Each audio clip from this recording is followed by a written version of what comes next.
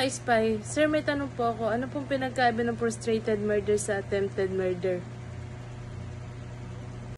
Okay mga ka-spy, ang sagot natin doon sa tanong, ano ang kaibahan ng frustrated murder at ng attempted murder? So, yung pong dalawa na yon ay parte ng tinatawag nating stages of crime. So, stages of crime, we have attempted, frustrated, and consummated. So, ang tanong po ng ating ka-spy ay ano ba ang pagkakaiba ng frustrated at ng attempted? So, murder daw sa murder pinag-uusapan natin. Ang attempted murder, bibigyan ko yung classic example. May isang suspect. Binaril na yung kanyang kaalitan o yung matagal na niyang kaalitan. May pinagplanuhan niya patayin yung kanyang kaalitan. Binaril niya. But during that time, nung barilin niya, hindi niya tinamaan. So, ang tawag doon ay attempted murder. Ngayon, pag naman yun, binaril niya, tinamaan niya, subalit na itong tinamaan niya to, nadala siya sa ospital, hindi niya ikinamatay yung tama niya. Or, dahil sa pagkaka-hospital niya, hindi siya namatay. Ang tawag doon ay frustrated murder.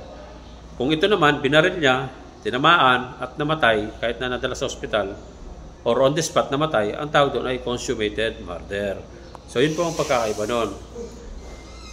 Attempted, frustrated, and consummated.